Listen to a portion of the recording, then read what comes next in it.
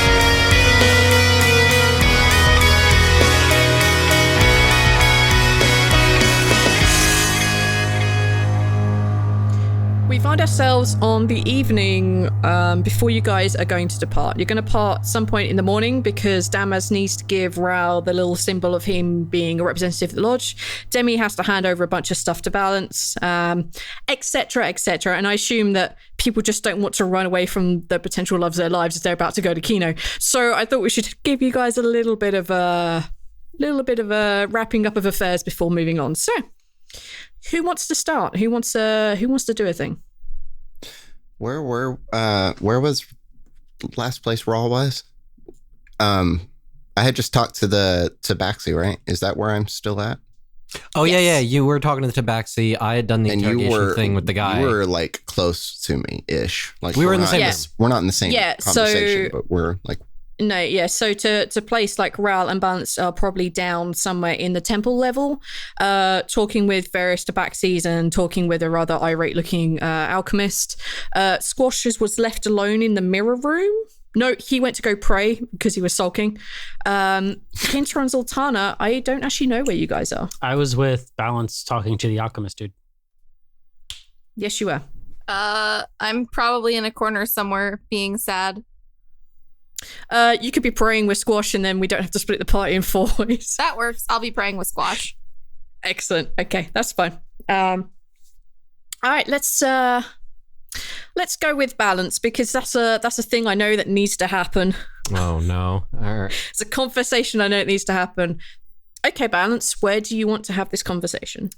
That depends on how quickly they're planning on departing.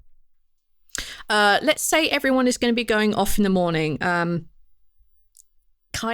Thakit, and Bogrim are going to be heading up towards... oh my god, what the hell is the name of the mountain? Sorry. Darkhammer Stronghold in the morning. They're not going to go like instantly now. Right. And they're taking a couple drow escort as well, right? Because yes, they are. Okay. Yeah, because drow can travel in this country fairly freely. Yeah, okay. Oh, no, Bogrim's going to Heart's Hearth because he was going to look into the clockwork hard thing. Okay. That's right. He's traveling north with Thakit and with Kythea and their drow counterparts simply because they're heading in the same direction for most of the trip. Right, okay. Cool. Yeah. Oh, God. I know there's a thing with Bogrim later, so... Yeah. We'll get to that in due course. I don't know. I feel like Balance would probably wait until like closer to nighttime when like it's kind of calmed down a bit before he actually goes to Kythea. Okay. Just because he's probably thinking that she has like a bunch of packing and preparation to do, and he doesn't want to get in the way. Yeah. So the question would be then, would you want to do the stuff with Amy's ashes before you speak to her, or do you want to do this like in the morning? If Bogram had mentioned it to Balance, then yeah, he probably would do that in the same day, since he knows for a fact that there won't be any hopeful issues arising that would require his high points. He can still do 2 more readings, essentially. That's true. He could do three readings a day in theory. I only have done 1 so far because of squash. That's right, yes. So you have like 2/3. Right. And worst comes to worst, if it fails, he can do it in the morning. Okay, well, we can totally go do Bogram first, if that makes more logical sense in chronological of what the fuck's going on. Then Balance grabs Rhal, assuming that Rhal's probably doing weird head pats on the tabaxi. No, they're talking like normal people now. Yeah, the Tabaxi and Rhal are having conversations on how this like particular potion came into existence and how it works, and the fact that this should help him alleviate some of his pain and deal with some of that good stuff. So bags of something. Yeah, so he gave you 3 doses of a thing that would give you an advantage on your con rolls, on the next con roll you take. Okay. Yeah, he's carrying like 3 little sacks of something. Yeah, tiny little sacks. They smell like really good, like sandalwood and vanilla. It's good. It's good. Yeah. Can we get that made into a candle? That sounds good. Maybe some incense. Maybe. Okay. All right. So Balance goes and fetches Rhal. Okay. Pokes his head back in the door. He probably like walked out with Pintor, and then poked his head back in and was like, "Rhal, I'm gonna go find Bogram so we can deal with the whole the ashes bit." Oh, okay. Thanks for the help. And Rhal waves at his tabaxi friend and departs. Your tabaxi friend like puts his palms together and he just like gives you a little head bob. Rhal tries to imitate it, clearly confused, but playing along. Your new tabaxi friend just like gives a bit of a laugh, bit of a purr, and like continues chatting with the other alchemists. You notice that the human male that helped you guys out during the whole fight with the Sandman thing, he just comes back into the room looking a little bit peeved, but goes over and talks to the other alchemists. All right, you guys head out and go find Bogram. Are you going to swing by and pick up Zaltanna? Are you dropping Pinter off somewhere? I just want to figure out if it's just more than the pair of you going. Balance would probably leave Pintor out of it because this is more of a personal matter. Mm-hmm. Balance will probably offer to Zaltanna if she wants to be present. Like he'll probably poke his head into the temple, and then seeing that the 2 of them are praying, he'll probably telepathically just say to Zaltanna, "We're going to be doing I'm going to be attempting to do a vision reading on Ama's ashes. I don't know if you want to be present or not, but..." Yeah, of course. All right. We're outside the door. Rhal hesitantly catches you up since we have so much to do. He catches you up on what Bogram had told him, the thing that he's been shying away from telling you about how she framed what's her face, because Zaltanna knows, but he hasn't told Balance yet, so he gets you up to date on that. Oh yeah. Okay. Yeah. Balance has kind of an O face as you're explaining this. I don't know what all that was about. But I know she wouldn't have done it if she didn't have a good reason. I trust her. Well, sometimes people have to do bad things for good reasons, so. Also, I have an idea for what I can give away to get her back. I might need help. All right. No, you're not giving anything away to get it back. You did that for my wife. My turn. Rhal shakes his head. No. I think I have an idea. The Spectre said that you can give up memories, and before, I'm pretty sure, giving up on my bad memories wouldn't have been much of a sacrifice. But now those memories, since we might be, and Rhal kind of hesitates, going to Demarius, those memories hold some value in the fact that I need them to get us through that. And if I give up 15 years, if I give you important memories, you could feed them back to me.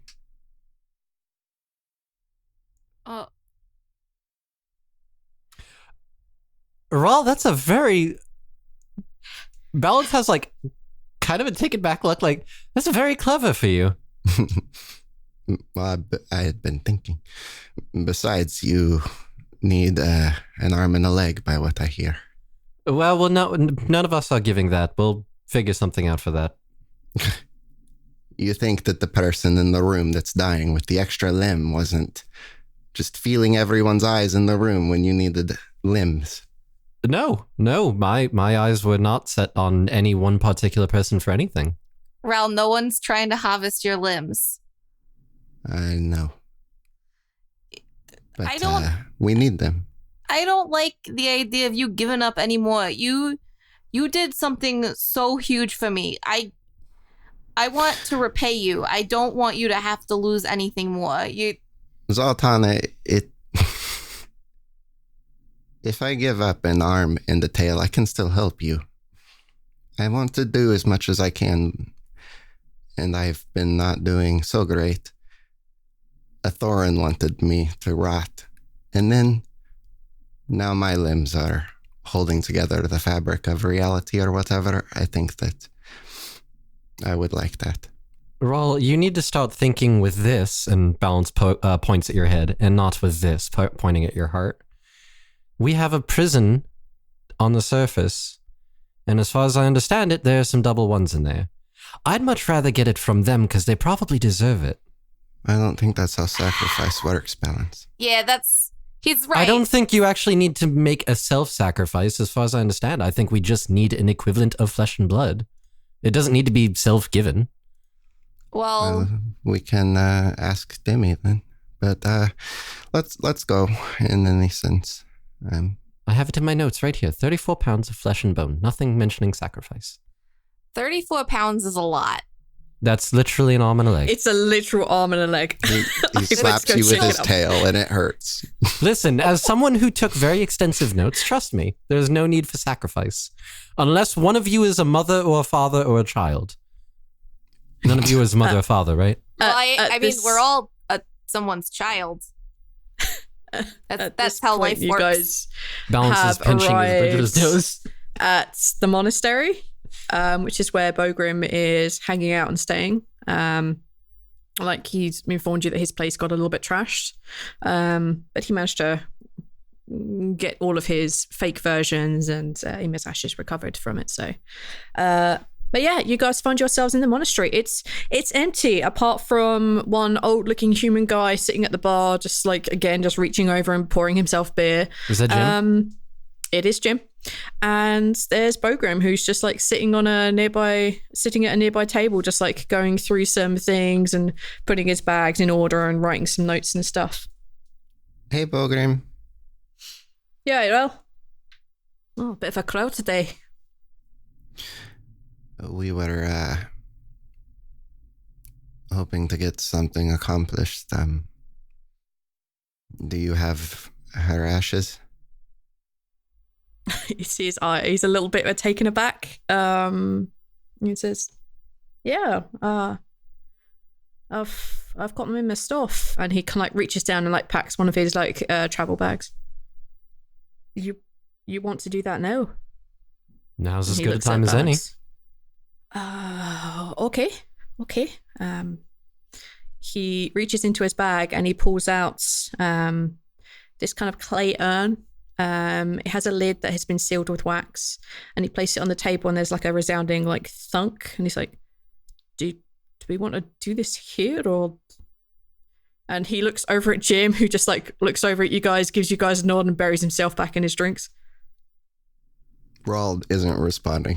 His eyes are just like stuck on that thing. Maybe somewhere quiet would be good. Somewhere where people can't just randomly walk in. We can always go down to my place down in the fourfold. Sure. It's a bit of a tip, but What if we did it in the rubble wouldn't help of the house, but maybe since we knew something happened by the alchemist place. Potentially. There's psionic energy everywhere. Doesn't matter if the building's intact or not. he shrugs his shoulders like, this is your forte. I brought what I can. Why don't we go to the remains of the old home? I feel like that has the strongest bonds. Okay. Bogreen puts her back in the travel bag. He leaves the rest of his stuff there. Jim acknowledges the presence of it and moves his drinks over to sit at that table to keep an eye on it. You guys make your way back to the ruins of Rhal's house.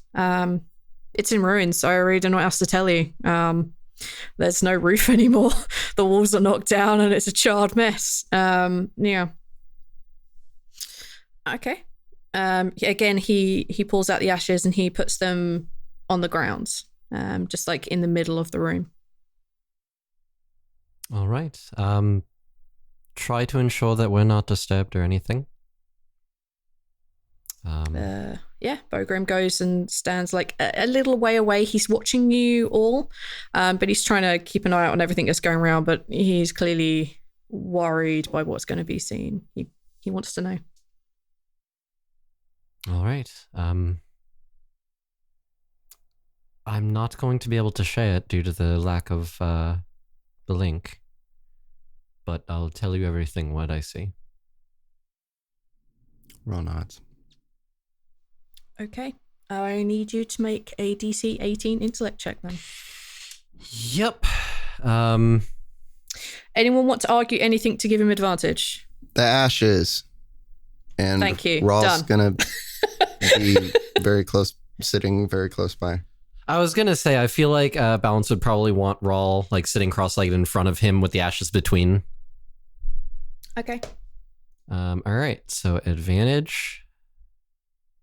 All right. That's an 11 for the first try. You reach out and you get that familiar feeling of like you haven't focused your mind yet. Like this is not quite right yet. You're going to have to give it another shot. Mm-hmm. I have one more go for today, and then after that, I'll have to wait till tomorrow. All right. Let's try this again. Yep, round 2. 16. Fuck. Nope. Can I give him my inspiration? Yes. Yes, you can. I can do that. Okay. Sure. Hit reroll. I reroll once, or I roll again with advantage? Roll with advantage. Okay. Hit. Come on, I have a fucking +5. Come on. There we go. 23. Much better. As you go to reach out the second time, something just doesn't feel right, but then like Rhal kind of reaches out and that little bit of a connection gives you the boost you need to connect with a memory. All right. Okay. Thanks, Neil. Battling the Roll20 curse with friendship. Yes. We all know that you just need to be friends. I mean, my inspiration's to live. I'll give you mine. He's giving up his right to live to understand what's going on. I need my inspiration to make the rest of you live. What else is new? Rhal is constantly giving up shit that'll make him live. You find yourself taller than you are. You look down and you realize, Balance, that you are covered in golden scales. You feel different. You feel just warm. You are walking towards your home. Your home is not in ruins. It's a beautiful summer day. As you look across, you see children running around, and some of them come running up to you. You see a bunch of little boys, a young girl with pigtails. They come running over to you and they're like, come on, Mrs. Dragon. And you bounce a fireball down your arm. The kids go running around screaming and run off. But the normal happiness that you get from the sound of children's laughter is not there. You're feeling scared. You can feel that there's something building in your chest. It's very defensive. It's confused. It's a feeling that a hope that I am wrong. She looks at the drawing. She has one in her hand as she walks up to the door. She looks down at the picture that she has drawn. A clockwork heart, a hammer, a chalice, a rapier, a shield, and a crown. She looks down at it, crumples it into a ball, shakes her head, hoping she's wrong, and opens the door. As she steps in, the bed is as it was. It's unmade. There's an old human man that she recognizes laying there. They're already dead. The chest has been caved in. There is blood absolutely everywhere. What? I don't... You feel a smack between your shoulder blades at the nape of your neck. You fall to the ground. You look up and you breathe out a firebolt, just something to get the person trying to attack you, person you couldn't see. You hear a male voice utter a cry of pain. A hit from a large, heavy object breaks your ribs, and another hit now to your legs, and you feel the cracking of bones, and it's like the most intense pain you have ever felt. Another firebolt erupts from your mouth, and you can hear the male dodge, and they dodge hard. They return with a hit to the head, and it stuns you, giving you a hazy double vision. The edges of your vision are now darkening as blood rushes to the various wounds, as the blood begins to leave your body, as you begin to get lightheaded. I did not believe that you could really do this. But I know who you are. I know what you are doing here. Not him. Not Rhal. You will not hurt him. You shoot another fireball in the direction of this hazy vision, and they return by breaking your hand. Marnak and Kels cannot be trusted. They will destroy us all. We are raised to fight them. I won't please. And your vision fades out. Did I get at all a view of who this was? No. The vision was way too hazy. Most of the attacks came from behind, and when you were looking up, everything was too hazy, your vision too dark. Balance is probably sitting there trembling a little bit. Well, that told me some things. But I'm afraid I still don't know who it was exactly, but it seemed that Ama recognized whoever her killer was. Rhal looks kind of deep in thought. Balance is going to explain everything that happened. Okay. Rhal's gonna make a con save. Balance I'm probably gonna say immediately this has is, like a hand on your arm. Yeah, I'm gonna say it's like a 16 or something. He rolls an unnatural 20. Filthy 20. Yeah, you're fine. You feel a little bit woozy, but the level of shit that's been coming your way, yeah. You were ready for this one. Yeah. You knew that something awful was coming. Okay. That doesn't make sense. Someone was going to hurt me? Why? I don't understand it. You made enemies. But how does that tie in with everything that we're already doing? He shrugged his shoulders. I don't know. Ama knew about the pieces before we did. This is a year before we were even involved in any of this. It sounds like whoever killed her was someone from her past. I would... If she's saying things about being raised to fight something, like... Sounds like she's talking to someone that she's known for a long time. I don't know of anyone. Bogrim and Kaeden and what's his name? I'm gonna go on a limb and say Grisham, but I don't remember. Grisham, there. Grisham. We were really... I mean, Ama had acquaintances, but she was busy too. I don't know of anyone else in town.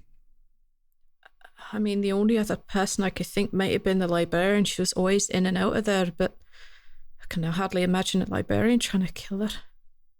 Well, the vision that I had, it was definitely a male, you said, right? Yes. Okay.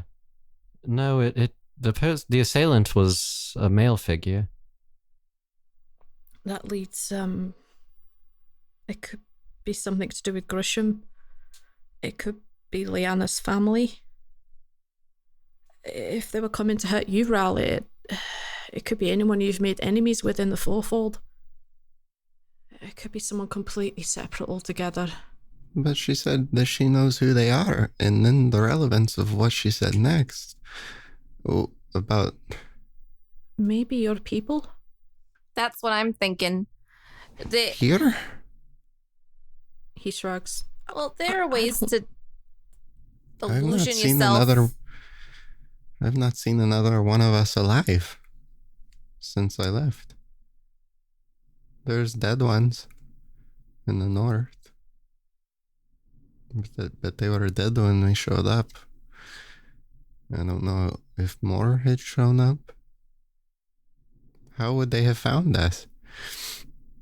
Unless Aima was here because she knew Marnak was. And someone else figured out where Marnak was and found her here. The only way I can think that someone would know about Marnak being in this area at the time would be if it was somebody who was aware of the events that transpired on my birthday. And that is a very small list of people that actually know what happened. Could it be Dachin? That's my thought. That fucking guy. But Aima sounded like she did not trust Marnak. And so why would Dacian want to get in the way of that? Wouldn't he want her to not trust Marnak and destroy him? Wouldn't he let her continue doing whatever? The problem is that Aima was from the get-go a very inquisitive soul. She would want to get to the bottom of things. If she found out that Marnak is not such a terrible person as your people seem to think he could be, then she might be swayed to the opposite side. If you're worried about her, I'm not worried. Miss Rational, she wouldn't. I could tell just from that vision that she wasn't entirely convinced herself. But why me? Maybe because of the fact you were in the I didn't know about any of this. Why am I involved? You were skilled. You were a fighter in the ring. That could be why. You could have been. But I wasn't doing anything. The Fourfold was not connected with this. I didn't know about it. I was minding my own business. What threat was I? Who was I a threat to? That's...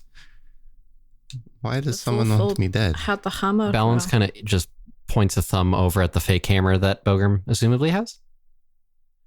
Kind of just points a thumb over at the fake hammer. They could have been trying to get to you so that you can get to that.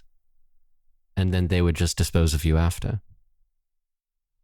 Or they could have been threatening to hurt you in order to get to Aima. That's some kind of shit. That's some... I've seen shit like that. That's also true. You threaten to hurt the person closest to the person you're trying to get to do something for you. But then the only thing that doesn't make sense is that she seems like she actually, like that she gave a shit enough that she probably would have done the thing that they wanted her to do. So why kill her? Maybe she did the thing they wanted her to do, and then they were still threatening you, but they needed to tie up a loose end. You said there's still some double ones up at the prison, right? As far as I understand it, yes. We ever thought about questioning some double ones and seeing if they know anything? They got their paws in a lot of shit. It's an idea. Unless they know anything about Marnak or our people, which I doubt they do. But they could have been hired. Look, we're probably not going to get to the bottom of what what all of this is, what all of this Where is means right Gershon now. buried? He was attacked too. You might have seen something. Grisham's in the graveyard. Are you seriously talking about digging up his body? I don't think I need to dig up the body in order to connect to it. At least I hope I don't. You'll just find him in the graveyard somewhere. I don't know exactly where. You already talked to his family? He nods. It's going to have to be something for tomorrow either way. Whatever it was she was hiding, he hid it too. It was important enough for him to do what he did. Well, let's make that tomorrow's problem. Why don't we head back? I've got a few things I've got to sort out before I go tomorrow anyway. I'll see what I can dig up. Literal sense, I guess. Oh, Bogrim. He looks sad. But he looks like he's willing to do it. Don't worry about that, Bogrim. Okay then. While you three are moping about sadly, making your way back from Rhal's broken house back to wherever it is you guys are heading to. Anyway, now we're done with these guys moping around Rhal's house and they're heading back towards wherever it is they're heading to. Squash and Pinter, are you two up to anything? Well, Pinter, what are you up to? Because Squash has a very small mind of his own right now. So, Pintor, I guess he was left by Balance because Balance went to go take care of a bunch of stuff. So, Pintor probably has just been kind of wandering, probably hanging out in the temple for a little bit. Okay. Probably just chilling out in the temple for a second. I don't know if anybody else is there or not, but he's just kind of sitting in a pew and thinking to himself. And he's kind of just like retracing, I would say, a lot of the steps that he's taken, the things that he's kind of seen down in this area that he's recently become acquainted with. He's kind of just like wandering, looking at a lot of the people in the area. And eventually I feel like he kind of wanders over towards the room where we all entered before with the armor stand and just kind of like looks at it for a little bit and is kind of curious. The armor stand has 3 items on there. There is a small shield, there is the rapier, and there is the hammer. It's a fairly small, roundish kind of room. There's a mirror opposite you, which has a big cloth on it, obscuring what's underneath. You maybe see like a tiny little bit of mirror right at the bottom. That's about it, really. Yeah, that's about what you really see here. Yeah. He's not really trying to do anything specific. He's just kind of like retracing a lot of things because a lot of information has been flooded into Pintor lately, and he's trying to adjust and trying to make sense of a lot of things in his head. And he looks over towards the mirror briefly and then thinks back to his brother being like, don't look in that. And is deciding if he wants to be the rebellious brother or not.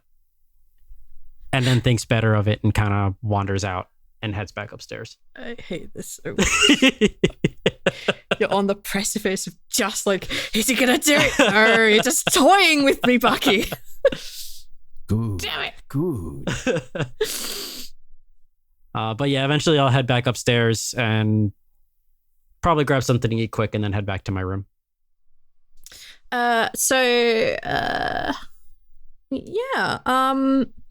You grab a quick something to eat. Are you going out for food? Are you eating here inside?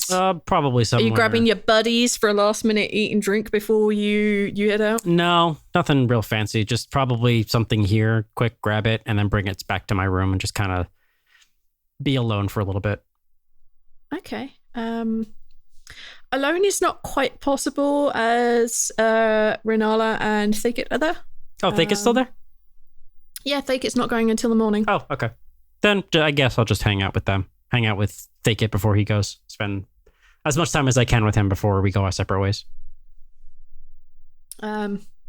During the course of the evening, if you are not being harassed into looking into the mirror, I guess that, you guys hang out and eat and drink. during the later part of the evening, Thakit brings out, because he always has it on him, another little hit flask of something very, very alcoholic and very, very strong. And he pours a little tipple for each of the three of you. And Rhnala suggests that you guys go to the balcony to, watch the moons come up. Do you want to go with? Yeah, I'll go with them. Thakit I won't really say too much, but yeah. Thakit kind of like gives you a bit of a shove, and then just like, just gonna hang in here a bit. I've got fighting to do. I'll leave you to. Sure, you can entertain yourselves. Thanks, Thakit. He gives you both a very over the top like wink and a nudge arm, and then just like just steps away into the room. Rhnala has her little shot of something very, very strong. Are you partaking? Yeah. Okay. I'll take a sip of it. In that case, I want you to make a Constitution saving throw. This is not gonna go well. Bam. Oh, it's not too bad. 18. This went super good. Bam. Didn't ruin the mood. You are not drunk. Rhnala, you guys are probably like one floor up, so like below you there's like one window, and then there's like the ground, so you're only like maybe 14, 15 feet, something like that, like three good dwarves high. Okay. So you guys are just kind of like 2.5 balances high, 2.5 you high. And yeah, yourself and Rhnala are sitting up on the balcony, and she looks to you and she says, do you think I'll fit in there? Fit in at the club? She nods. Hell, I'll know if I'm gonna fit in. I mean, like, there's like the head of the lodge going, or some representative, and there's a head of this place going, and you. No. You're with me though. No matter what, it doesn't matter. You're with me. You fit in with me. You fit in with. That's all that matters. She kind of looks down a little bit, and she takes your hand. She says, how do you want me to be there? I mean, like, am I your servant there? Or am I not? Well, when we get there, I'm gonna have to play the part. I'm gonna have to play the part of the prince. And you know how that usually goes.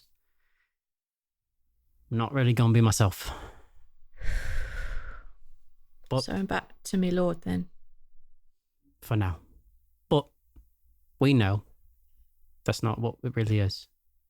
That's between us. We're playing a part. That's not real. At this point, I want you to take a perception check. 10. Can you roll a straight d20 for me? This is going to be Rhnala's perception check. 15. As you say this, you see Rhnala's eyes go wide, and she looks over your shoulder. She jumps forward into you and knocks you to the ground as you see a tall elven figure wearing a dark cloak thrusting a dagger into where you are standing. I need you to roll initiative. Oh, shit. Oh, well, that's not great. 12.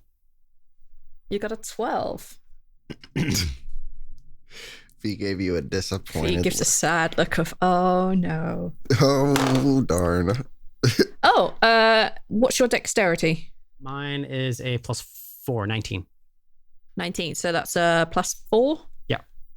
Okay. Rhnala also got a 16, but she has less dexterity. This rogue got much, much more. I'm going to put an A for assassin. Well, at least you didn't get hit with the sneak attack. Yep, probably. She saved your life, you. bro. She saved your life. Okay. So as you're basically laying prone, she's knocked you down and saved your life. All right. So it gets to go first. It doesn't do its sneak attack damage because it doesn't have advantage in any way, shape, or form. And it doesn't have you alone, so it's not like, come at me, bro, one-on-one. It's an 18 versus your armor class. Versus my armor class, that hits. All right, so he takes his dagger and he manages to like slash you. Yeah, no, he's in melee range, so he gets advantage, right? Yeah. I need to roll that. He gets again. advantage. When you're prone. I am prone. That's right. Yeah, so I'm just going to roll that attack again, just to see if he crits. He doesn't. Actually, I'm going to use one of my luck points and have him re-roll that attack. Okay, I'll get him to re-roll it again. He got more. Damn it. Sorry. That's all right. I hear the sounds of Aethon moaning about something. If a rogue gets advantage on an attack, he can add his sneak attack to the damage. Oh yeah, Yeah, you're he right. does get Thank sneak you. attack. Thanks, Aether. I'm Who's so the sorry. best? I'm so sorry. Don't worry. As long as I don't die, I can stand up and get sneak attack too. Then I'm like super concerned. So he pulls out his dagger. He stabs you in like the kind of shoulder kind of area. Ow. And he does 10 piercing damage Okay. and then 20 sneak damage. Cool. I'll use uncanny dodge and have all the damage. So I take Okay, that's... Oh, you're one of those. All right, okay, I'm not going soft on you anymore. Fuck this. Christ. More damage is happening. All right, yeah, so he manages to slash at your throat and then he manages to do the sneak attack. It is, however, his offhand attack, which he gets advantage on, right? Still advantage, still but no prone. sneak attack. Yeah, no sneak Sure. attack. Cool. Well, one of those was a natural 1 and the other one was a 6. So I don't think that hits you, right? Nope. No. Definitely not. So he goes to stab at you once. The surprise he managed to get you with like Rhal on top and goes for a second one, but you know, something of the pair of you just like wiggles out of the way. Okay, Pinto, you're laying on the ground. You have been stabbed. You are bleeding precociously. What do you want to do? I want to stand up. Rapier. You do so. Have my rapier at the ready. And then I believe both me and Rhal are within 5 feet of this dude. Yes. Cool. I'm gonna try and stab him. Okay. You can try. You should really be successful at this. I hope I'm- you are. Really trying to be. And let's hope that this works. These may be a little bit more painful than the assassins I put against the pair of you. That's an 11 to hit. However, I'm going to use my inspiration Aren't and roll again. You a swashbuckler rogue? Yes. Don't you get advantage by having someone with you? No. That just adds sneak attack damage. I don't get advantage. Okay. However, I'm going to use my inspiration and re-roll. Okay, that's a good call. 18 to hit. That hits. That's going to be 20 piercing damage. Whew. He uses his uncanny action. Uncanny dodge. And he will just take 10 damage. Cool. Alright, so yeah, you go to do the same thing and he does the same thing back to you, which is a slight dodge. Okay. Are you gonna do anything else? Oh, I do have a dagger, so I can make an offhand attack. Go for it. That does not have sneak attack. Oop. 16 to hit. That misses. No. Okay. That's it for me. Okay. Rhal uses half her move to stand up. She yells at the top of her voice. Fake it! Pinto's being attacked, quick! And she'll also just touch you on the shoulder and give you bardic inspiration. Ooh. Which at this level for her is a d6. Cool. And she'll pull out her little blade. Come on. Give me her blade. Oh, I already have it open. Okay. Sorry, I'm in a completely different set of stuff. And she will also stab at him. Nice. I appreciate that. For an 11 to hit, so that's going to fail. No. Oh, I'm sorry, dude. I'm so Sorry. sorry. All right, it's back to the elf. Now that you see him fully, he roll a history check for me. That's not going to be good. Nope. Oh, 16. You vaguely think he might be something to do with your aunt's people. People that your father wouldn't trust. Yeah. Okay. Now you're standing up, they don't get advantage, which makes me sad. Hell yeah. Yeah. Get wrecked, scrub.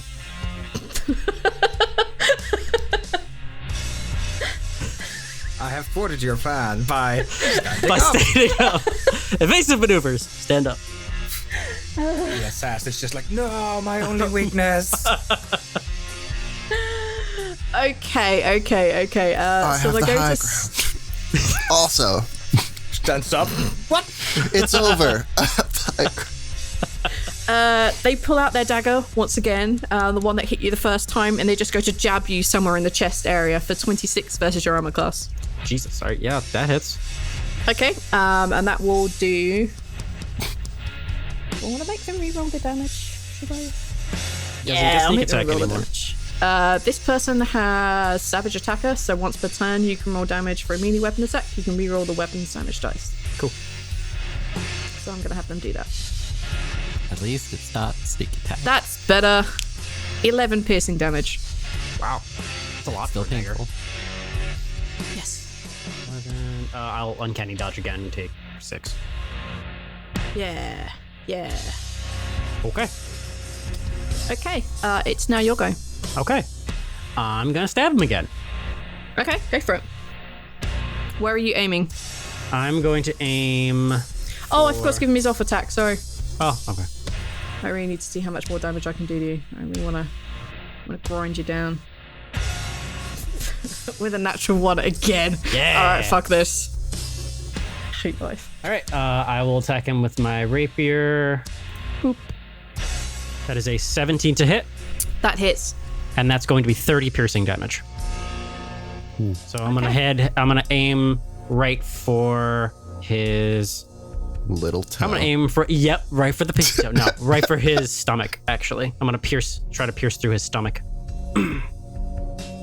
Slow him down. Okay, cool. Alright. He is clearly going to take Uncanny Dodge. Because I don't want him to take 30 damage. I do. Fuck that. As you go to like slash at the gun, like really piercing, you kind of get it partway in, but then he sort of like pushes your arm away as he kind of like decides that this is not what he wants from life. And then I will offhand attack with the dagger Go for it. for a 20 to hit. That hits. And that is, how much bonus is that? Okay, so that's only a +2, so that's only going to be 5 damage. I don't add my dex to that. No. Okay. It is Rhnala's go. She is going to stab at him again. What is she? No, she's gonna look at him and she's gonna say a real assassin wouldn't have been like spotted out by a girl. You suck. I'm a serving wench. Oof. Oof. And she's gonna cast vicious mockery at him. Oof. Ooh! Yeah. That's spicy. Ooh! Burn damage. Pinto does a little side eye like, damn girl. I won't be messing with my man. No, like Oh, holy Okay. shit. Vicious mockery he against the doesn't rogue is save. painful. He doesn't save. Fuck. Yeah! That's my girl. Which means he gets disadvantage on his next attack. Good. And he takes 5 psychic damage, so Nice. Takes 5 get wrecked damage. 5 ego damage. Yeah. okay. Now I need to really figure out if I want this die to die or not, or whether I want him to. How about you?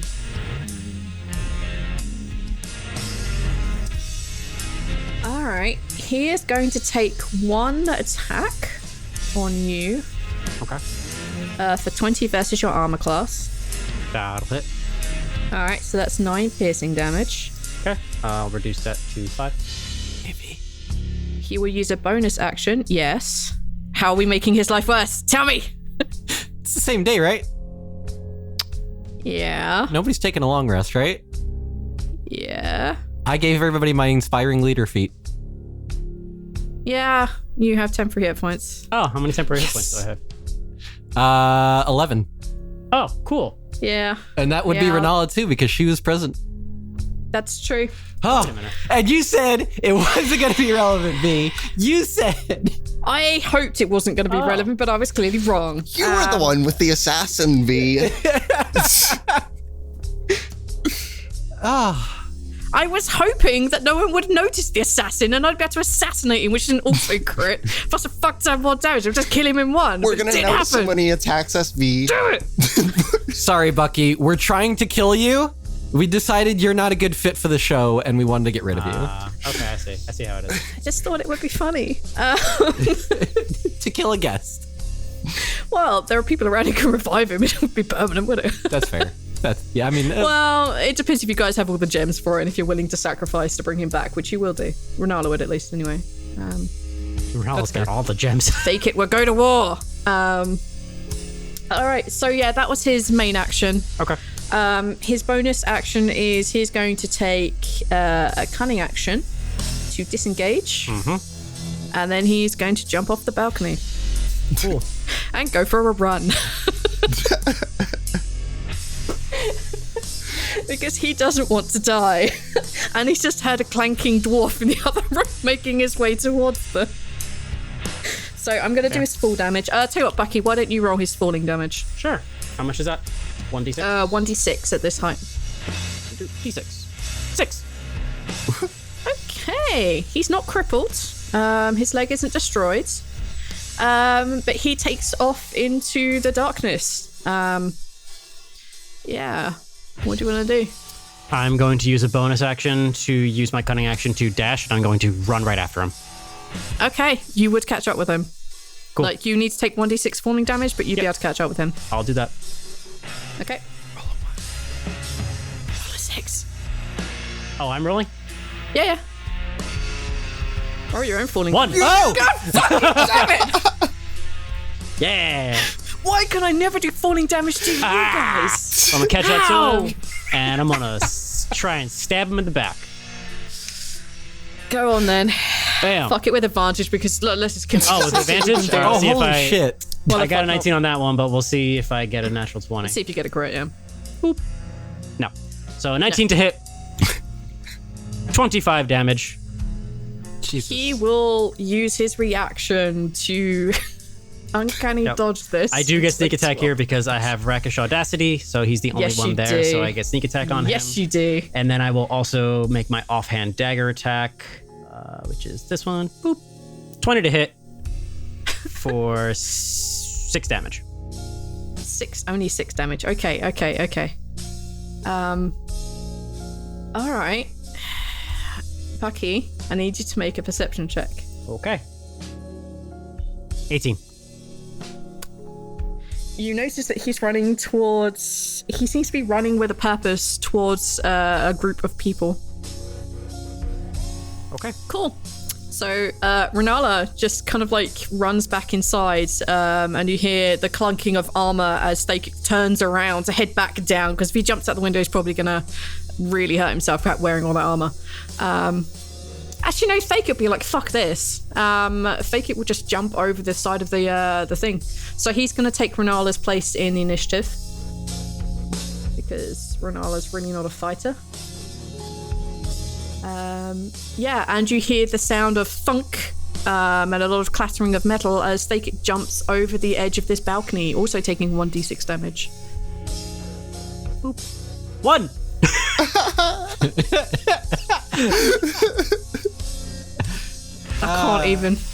I can't even. Fate is on our side. Alright, okay. Thakit is catching up. He's not quite caught up because he's a dwarf, a little slower than you guys. It is now the assassins' go. They will turn around. They've really got nothing else to do right now, because their initial plan failed because you had Rhal. God damn it. That's right. Alright, he's just gonna go for an attack. Okay. Alright then. Any way I can give him advantage. Any way at all. Yeah, not really. Been caught out alone. time they'll bring more assassins. All right. Natural 20 to hit you. That's a lucky. I'm using a luck point and have him reroll that. No! 18 to hit.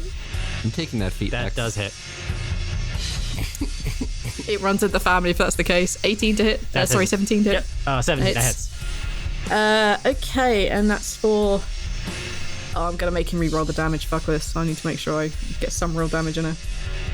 Oh, maximum damage. Yes. 13 damage. 13? Yep. Okay, so that's going to be 7 damage. I will take half. 6. 6 damage. Okay. So, okay. And he'll attack you with his offhand Okay. for a 15 to hit. That just hits. For 3 piercing damage. Ooh. Yeah. Boop. Okay. Yeah, that's super bad right there. God damn it. I hate this so much. Alright, Bucky. All right. I'm going to do another Errol Flynn. Stab him. Do a murder. Bam. That is a 16 to hit. That fails. I will roll Rhanala's Inspiration. For 3, so 19 to hit. That hits. Haha! 25 damage. How do you kill him? Bucky? Haha! So he turns around and he slashes me twice, and I barely notice it because in the moment I swat his blade to the side, create an opening, and then bring my rapier straight across his throat. Ooh. Okay. Ooh, nice. Blood goes flying off in the direction that you slice his throat. He puts his hands to his throat, dropping the blades, and you hear him like gurgling. And he drops to his knees and he looks up at you a little bit, and you just see him begin to mouth a word, and then he collapses to the floor, unconscious, dead, bleeding out, bereft of life. He rests in pieces. He rests in pieces. If he weren't lying on the floor, he'd be pushing up daisies. All right. So Yes. after that, do I see in the distance the group that he was running towards? The group he is running towards have dissolved. They've like gone away. Oh, it was just a bunch of people in general. They were dressed similarly in dark cloaks, but as soon as you look up again after you've like slaughtered and butchered him, they're gone from view. Cool.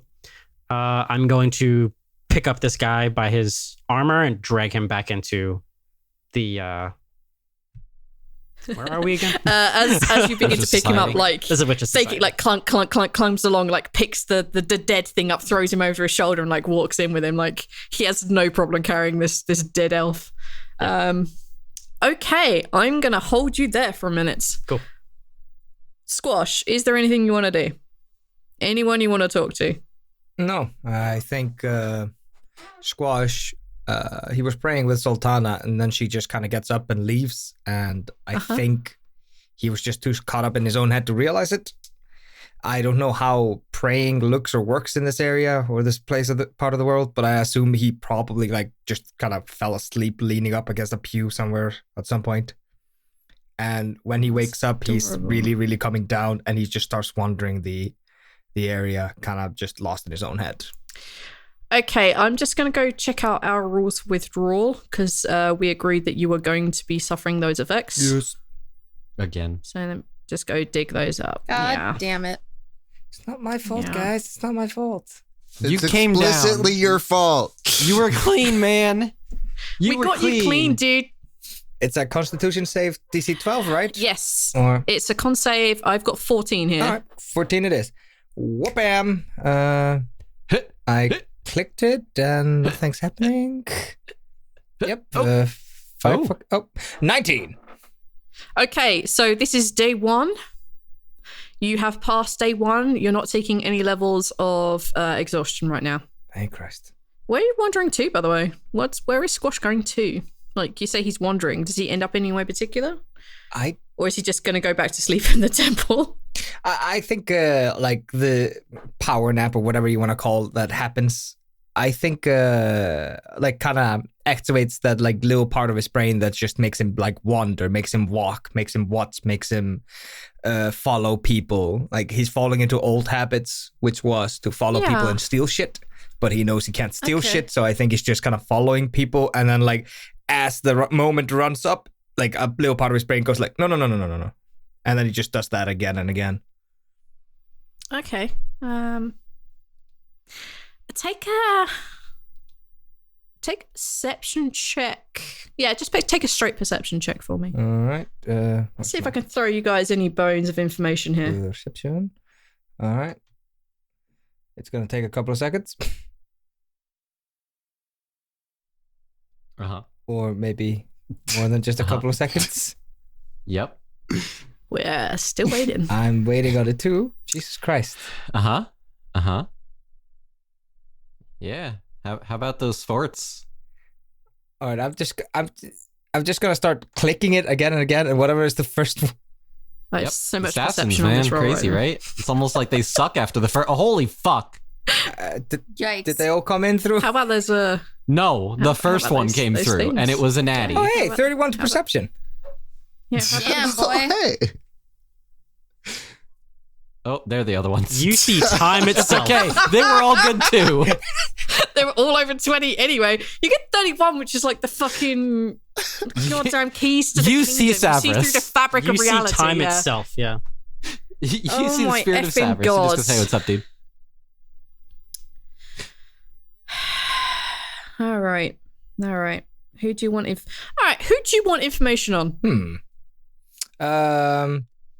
Pick a person, any person. I don't care if it's any of these guys. Pick a person, any person. Dajin. He's not here, dude. Cannot perceive Dachin. Can he Or like is he really here? ethereally? Is in fact in the mind of the boy? No. Is he here with that 31? No. Okay. You 100% know Dacian is not here right now with a perception of All right. 31.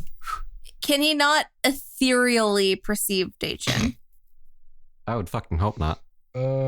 Maybe he has a very strong spiritual. I'll tell you sense. what, to do something really stupidly dumb, and I know how your nat 20 has been fucking destroying me the last few games. If you want to try and perceive something on Dacian, I need you to roll a religion check. And it is going to be a tough one, but if you want that option, I will tell you where he is. But you need to roll good on religion. No. Like I said, like Squash is in a drug-fueled haze. He's not actually drug-fueled, withdrawal-fueled haze. He's not like I think bad thoughts are more assaulting him than he's looking for them. So let's say he eventually like finds himself.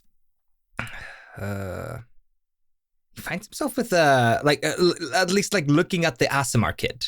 Like that's something completely new, unique and new to him. Rondi. Yeah. So I think Squash eventually just sees a kid with wings and just like, wait, what?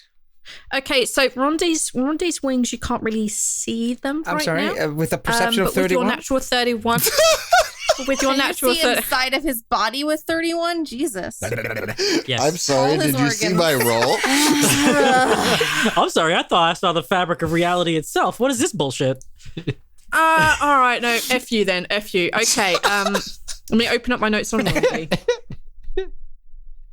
I hate you so very much right now. His father's not actually Savras. It's Bane. Ah. No, his father's just an Anacocker. Rondi. You look at his wings and it's like, is that duct tape? No, I'm an Asimar. Shut up. No, it's flex tape. Okay, Real angel. as you look at Rondi and sort of like begin to follow him around and do all the weird stuff that you are currently seeing whether you can steal about him, and you notice first and foremost that he is just like an average 8-year-old child, which is fairly obvious because Zach, the young halfling boy that you guys saved, and Talis, who are about the similar ages, they're all playing together and hanging out. They seem to be like at the moment they're drawing. Talis is very focused on with inks and quills and stuff, drawing something very ornate, very pretty. The boys are happily just like drawing like swords and fighting and stuff like that. Rondi's drawing is very delicate, I guess, compared to Zach's, but it's still the boyish things you would expect from that kind of age, that kind of kid.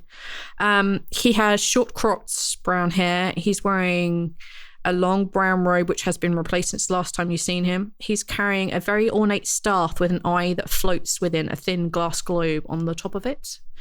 As you look at the eye, you realize the eye is also... No, it wouldn't. As you are looking at the eyes, you realize the eyes are cold and dead. There is no power left in this orb of Savras, because as you know, Savras is gone. However, with your 31, you do notice that there is a spark in there. Like in the hundreds and thousands of eyes that float within the mist of this staff, there is a small spark of magic in there. I'm not going to tell you what school of magic because your perception ain't that good. Yeah, and you notice that on his shoulder blades, as he sometimes moves and the kind of like shirt moves around, you can see that there looks like what would be like tattoos of wings on his shoulders. And you figure that will probably come out when they are needed. Also, as you look at him, you realize that around the eyes, they're quite dark if you look a certain way and tilt your head. And they're also like around the bottom part of his lips can be also quite dark, almost if like fluid is running out the corner of one part of his mouth, which I guess would tell you what kind of Asmar he is. With your 31, you realize that because Taylor's in the vicinity, what Taylor's is working on looks like very ornate cards, and they're probably magical in essence. So that's what you're getting on a 31. Yeah, I think Squash just is sitting somewhere, like not too far away, but in relative darkness, just being a fucking weirdo. And just watching kids having fun. Yeah. It makes you feel, well, I was going to say reminiscent, but Squash never really had that, did he? No, he did not. Never had friends. Now he does. You miss your drawings in your closet. Oh, no. You miss your imaginary. As you are sitting there and like the later the evening goes, like the kids eventually get told to go to bed. You do in fact see them playing a game of like tag later in the evening when they should be in bed, like running around the inside of this temple, in and out the various rooms. You do see Zach like slip and fall, and Taylor's like basically bump into him and fall over him, and you see them both like sobbing and crying, and you see Rondi reach over and heal their wounds, but he does ask them if it's okay if he takes some of their tears for the vial, and that gets filled up.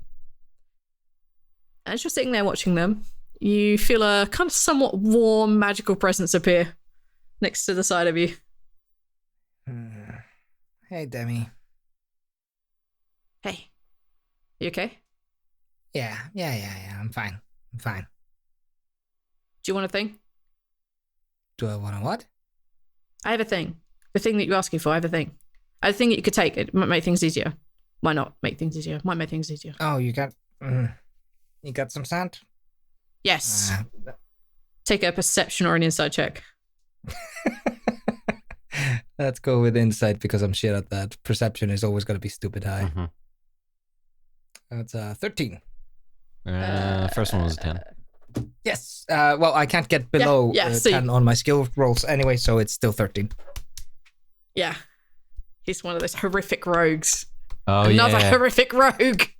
Goddamn son of a bitch. Okay. On a 13, she is genuinely holding something that may look like dragon sand. Squash like reaches over and opens the bag, and he just takes a little bit out of it, like pinched between his fingers, which would be way less than you would take for a normal dose, and just kind of sniffs that, like breathes that in his mouth. And it seems to be a little bit more at ease. And, this should help keep the withdrawal at bay for longer, but it's just gonna get worse. She looks at him and she kind of gives him like half a smile. If you'd gotten slightly higher insight, you would have noticed that she has slightly sad eyes looking down at you. They're bright red. They're all full of magic and shit. And she's like, Okay, we'll see about that tomorrow. We'll see how things go. That should help you somewhat. Okay, we should go rest. Like, you should sleep in a real bed. Like, what are you sitting here? Like, looking at random people for? This is totally weird. This is absolutely weird. You understand how absolutely weird it is? It's just sit here and watch people around. You know that's very, very creepy, right? Like, you shouldn't be very creepy. He's just looking at her. He doesn't reply to her when she gets like this. Yeah. Okay, well, you know there's a place to stay. I'm going to go now. Bye. Bye. And yeah, she shoots off. Please mark that you've had (1 dose. Oh, is she spiking me with some shit? 1 dose of regular sand. Totally sad. No, wait, don't breathe that one in. That one's bad. Totally not. Is that powdered sugar? I love that. 1 dose of pocket sand. Buckets. Pocket sands. Okay. I'm gonna say that by the time that Pintor, Thakit, and Rhal get the corpse of like the elf, where are you taking the corpse, by the way, Pintor? Is there anybody by the entrance? Yeah, there'd be a couple of like mages just like milling around and keeping watch, inverted commas. And then obviously they see us walk in with a corpse. Yes, they're concerned, but you are the prince, so I will flat out be like, that's an excuse. I will flat out be like, I need my brother. Do you know where he is? where is your brother? Balance. Hi. Are you guys going to be down in the temple? Are you guys going to arrive conveniently at the same time? I was probably with Kythea at that point. Okay, perfect. You guys are... Yeah, okay, I'm going to say that Balance is probably somewhere with Kythea. Let's say you've taken one of the test rooms, not death because that's super creepy. Nope. The kind of place where you went to hide with Marnak after Adet died. The place opposite the temple. The meditation room. Yeah, the meditation room that just has a chair in it. Like, you could use that room. No one would bother you in there. Okay. Zaltanna and Rhal, where are you guys headed to? Just so I have a vague idea where everyone is. Rhal will probably sleep in Bogrim's place on his beanbag chair. Like old times. Bogrim will stay with you. He's packed all of his stuff. He's ready to go. He has a small healing potion, which he can use to top you up should you wake up in the morning and be crappy. He's very concerned and very, very worried about you. But he'll stay with you. Zaltanna? Zaltanna is... I'm going to just say probably staying in the Temple of Ulmater to feel comforted. Okay. I will come interrupt you with Benno once we're done with these guys. Okay. All right. So Pintor and Thakit and Rhal would make their way down to the temple, and they will be coming in after we deal with Balance and Kythea. Hello everyone, Balance here, voiced by Arch. Thank you very much for listening as always, it's greatly appreciated. Events are getting interesting, but nothing we can't handle, I'm sure. Just to give you a heads up in case you were not aware, we have a Twitter account that I personally run. If you haven't gone on there before and checked us out, you can find us on Twitter at TLDpod. We love getting tweets from all of you. We love interacting with everybody on there.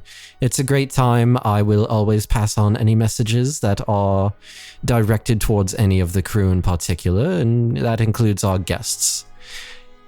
If you would like to tweet at us, feel free. In either case, I look forward to seeing you on there and hopefully interacting with you. In either case, thank you once again for listening, and as a quick shout out, we have to call out our newest Patreon member, Kyle Much. Thank you very much, Kyle, for becoming a patron. We greatly appreciate it. If you are not a patron yourself and would like to support us, you can find our Patreon at patreon.com/TLDpod. Thank you as always, and until next time, farewell.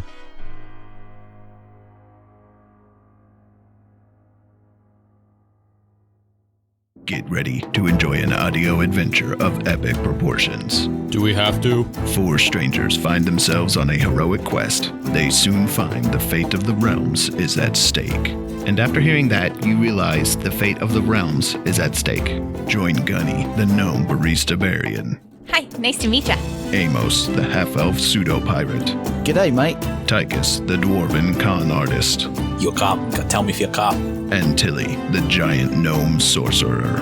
This has all been very tedious. As they fight, laugh, and bargain their way into infamy or... is it fammy? Is that the opposite fammy? It's Shocking Gasp. Woo! I mean... Shocking Gasp is a Dungeons & Dragons 5th edition actual play podcast, proudly part of the Necropodicon Network. Visit us at shockinggasp.com.